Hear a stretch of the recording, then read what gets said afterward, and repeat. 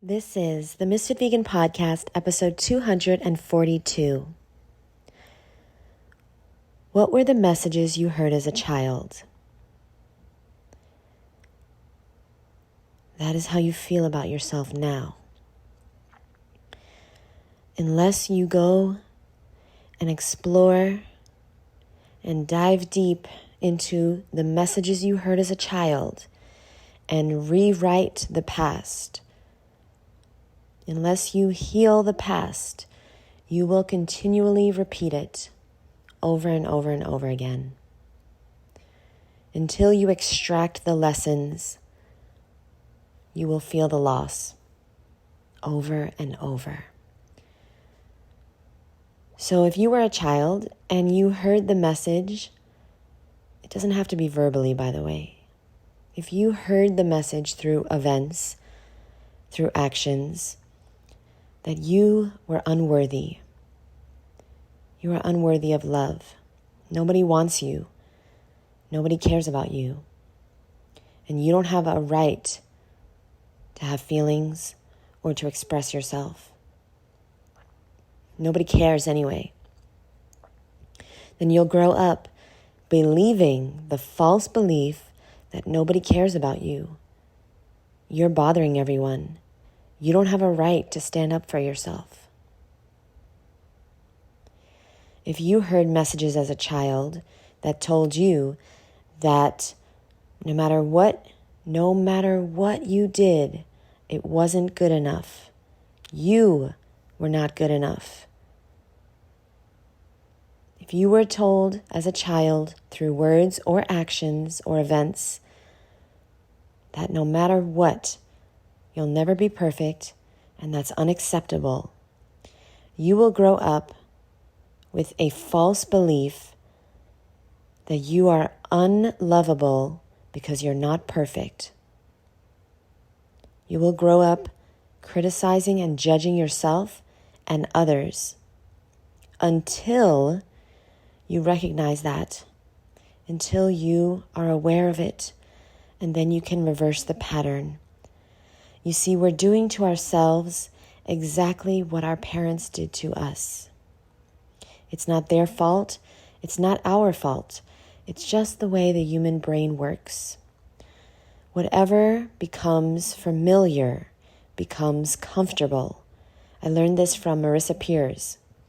She's like one of the most renowned hypnotherapists. I met her in Ohio, and she has an amazing book called, hold on, I'm looking for it. Oh yeah. Her book is called Ultimate Confidence by Marissa Peers. P-E-E-R. Really good, really good. So anyway, I just wanted to remind you that it is your responsibility to heal. It's not fair. It's not right. But see, in our childhood, we received a lot of false messages that became beliefs. And so, if you were a child and your mom was really mean to you, and your mom or she ignored you, or she wasn't fair to you, she treated your siblings better, well, most likely, you're going to grow up to hate women. And if your father abandoned you, or he beat you, or he was really mean to you, he criticized you, you will grow up to hate men. And when you hate others, you hate yourself. When you're mean to yourself, you're mean to others. Subconsciously, you can't be mean to yourself and criticize yourself and judge yourself without doing it to others. Please understand, nobody wins when you're mean to yourself. Nobody. You've got to take responsibility for your own healing, and nobody wants to do it. We just want to blame everyone else Nobody wants to really, literally do the work, which means reading a book on self-development, and actually doing the exercises. Because reading doesn't do anything. Why do you think all these books have exercises in them? Why do you think people take courses? Because courses usually come with exercises, and it forces you to do the work that you don't want to do. It forces you to write the lists and examine your childhood and examine your false beliefs. And so, that's what we're going to be doing in my new course starting next Wednesday. We start next Wednesday, and it's so great because you can't not do the work anymore. And that's why people pay for the course, is to be forced to do the uncomfortable work. And that's why I've done many courses, and I can't wait to do another one. My goal is to do a course every year. And so this year, I think I'm going to be doing a course on how to be a better life coach, how to serve people better. But I haven't fully decided on it yet, but I'm still looking at the options. Anyway, I just wanted to lay that out before I start my day. I was thinking about how my mom treated me as a kid. And it's not that they do it on purpose. They don't do it on purpose, but I was thinking about my mom's relationship to money, my mom's relationship with men, my mom's relationship with herself. She didn't believe she had any self-worth. What is your mom's relationship with herself? It's usually yours. If your mom is criticizing herself all the time, you criticize yourself all the time. If your mom makes time for everyone else, but not herself, most likely you do that as well. Or you do the opposite. It's tricky because sometimes we just go completely the opposite direction from our parents, but yet we're still exactly like them. Because it's all we know. It's all we know as a kid. And the bottom line is we have to reparent ourselves. It's very difficult. It's very, very difficult. Most people, they can't change. They don't.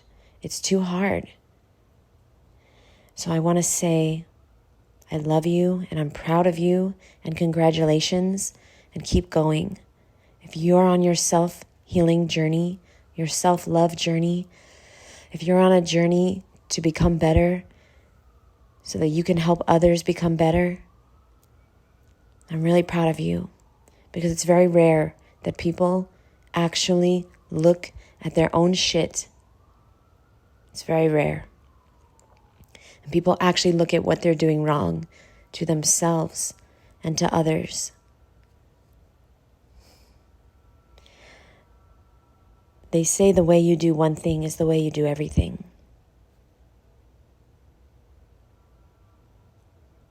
You can't be mean to yourself and be nice to others. It doesn't work.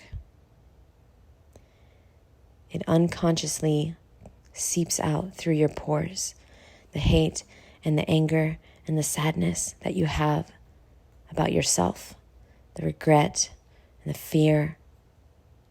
You project that unconsciously onto others.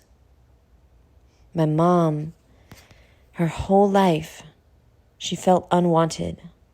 My grandma told her, "I didn't want you. You were a big mistake. You ruined my life." So my mom, she always found people that made her feel unwanted. See, we have to be right. The brain works by finding things that confirm our beliefs. If you believe that you always say the wrong thing, you will find circumstances and events and people that confirm that belief, that you always say the wrong thing. Me, I always feel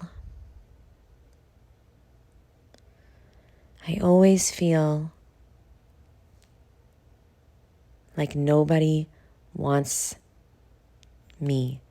Nobody wants me. And that is so crazy because I have so many people around the world that are so kind to me, that text me every day, that message me every day, that call me and I don't answer. I have so many amazing people in my life, but it doesn't even matter what's going on the outside.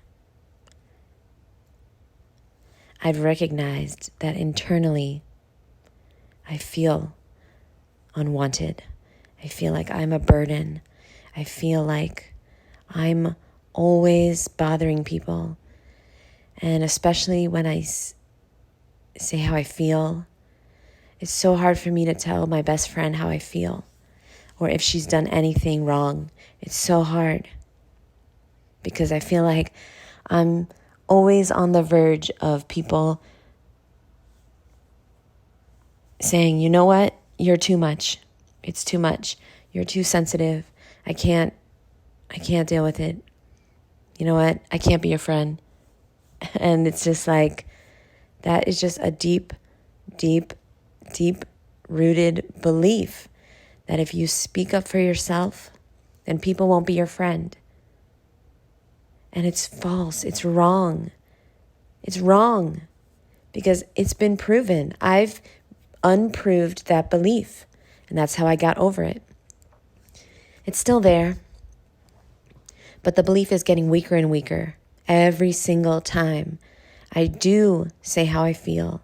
I do express myself, and people understand, and they say sorry, and they understand where I'm coming from, and they recognize that they were wrong every single time.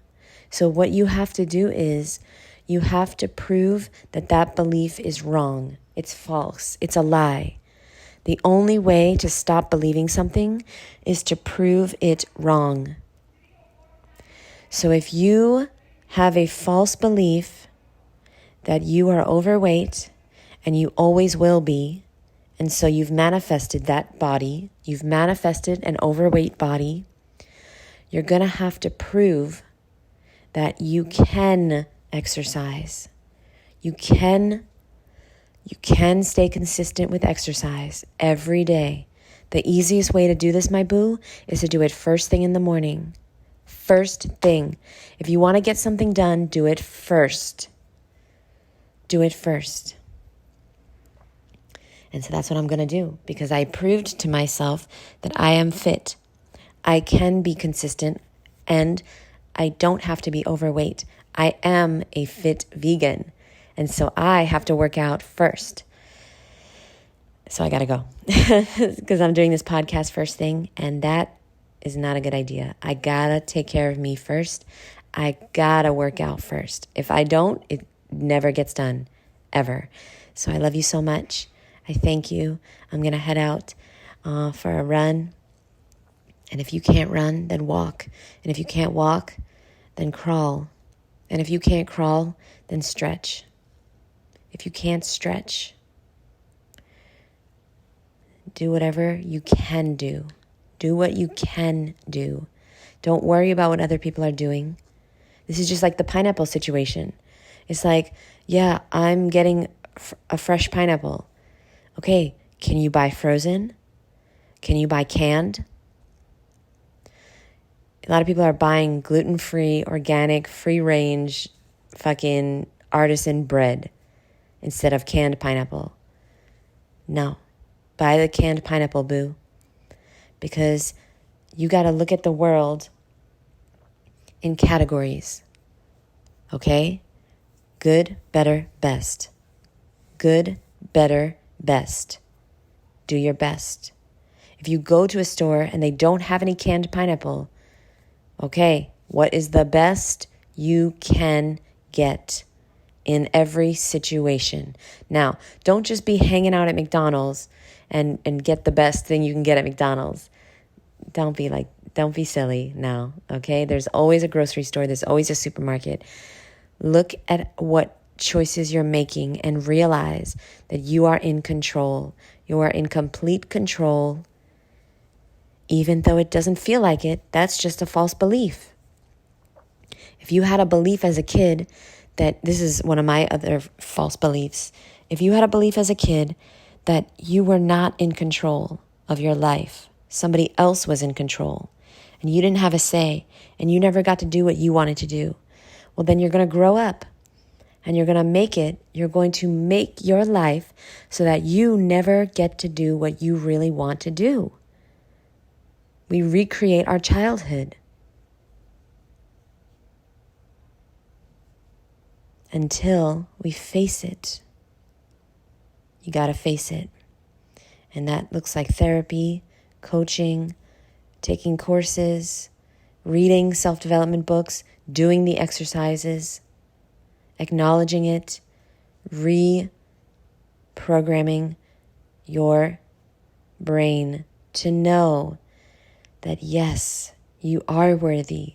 Yes, you do deserve love. Yes, you do have time to take care of yourself. You do deserve the body of your dreams. You do deserve the hour that it takes to work out every day to get that body. Your affirmations are not going to get you the body you want. Your affirmations plus action will. You have to take action. If you just say affirmations in the mirror, you start to become depressed because the body knows you're lying. And your body doesn't like to be lied to. Who likes to be lied to? So do me a favor, do what you got to do, my boo, and I'll see you in the next episode.